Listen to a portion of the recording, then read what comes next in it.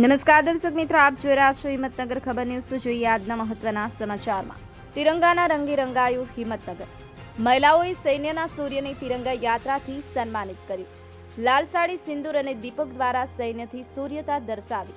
સાબરકાંઠા જિલ્લામાં હિંમતનગરમાં ઓપરેશન સિંધુની સફળતાની ઉજવણીના ભાગરૂપે સુશ્રી કૌશલ્યા કુંવરબા પરમાર તિરંગા યાત્રાને પ્રસ્થાન કરાવ્યું હતું।